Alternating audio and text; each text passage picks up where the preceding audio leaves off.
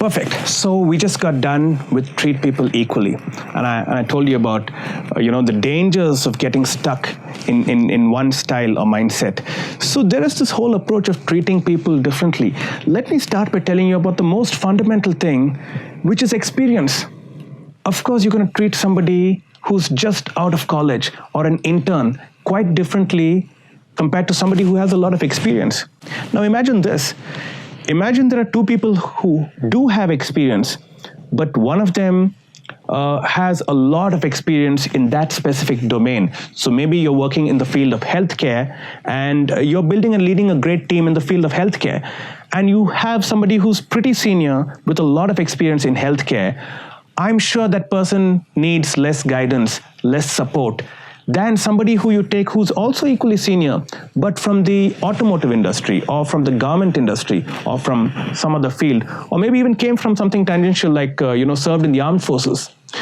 So the way in which you deal with these people is going to be quite different. This person who's come from a different field or another company who's a lateral hire might need a lot of support, might need a lot of hand-holding, might need to be taught the ropes, while the other person might be able to, hit the floor running, as well as be able to also give you some inputs in terms of, as a leader, this is where you might want to go back and use what we learned in the module on listening.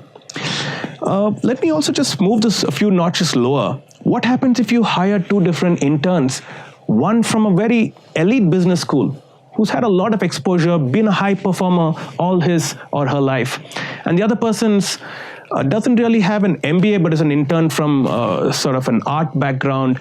The approaches are going to be very different. One might be very analytical, the other might be very creative.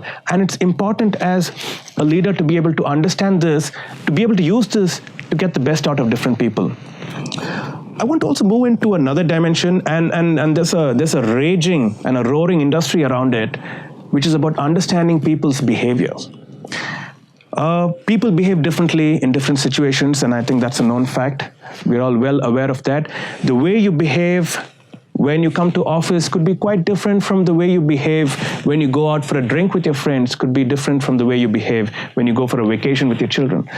So this behavior changes, though the person remains the same.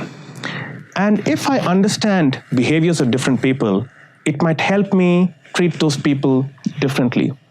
So for example, a very broad differentiation of behavior. There are big picture people and there are detail-oriented people. So if I'm talking to a big picture person and in a meeting and I'm telling that person all the details and specifics, that person's brain is sort of, doing a somersault saying, I want to know why we are doing this. What's the point? So it's important for me to tell that person, this is the bigger picture. We are going to expand into two products, one for Indian market and one for the international market, or one for the France market and one for the international market. So you have to bring this out. When you do this, the big picture person says, I get it.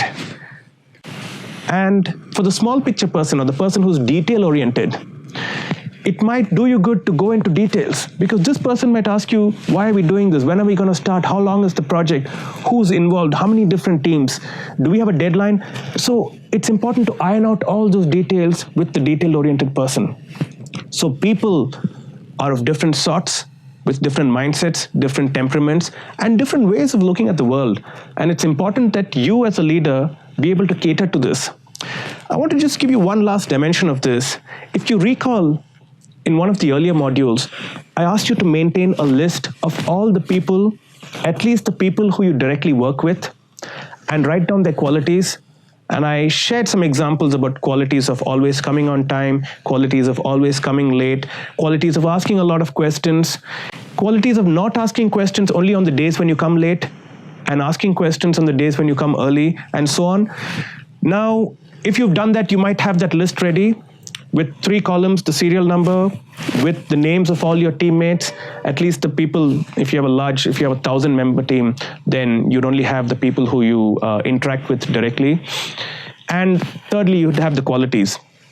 This is a great time, in the interest of treating people differently, to be able to deal with those people differently. For example, if you have to start a seminar and it has to start exactly at a certain time, I would rather give it to somebody who's been punctual throughout and who has a great track record of punctuality. If one of the qualities I observed in a person is that they're always talking and they love to talk to strangers, talk to new people, and there's something that I have to do, or there's an assignment which involves a lot of PR, which involves a lot of public relations, I would rather give it to that person. So go back and look at that list and look at how you can use different parts of that list, how you can use that list to actually deal with people differently in the interest of getting the best out of both yourself and others.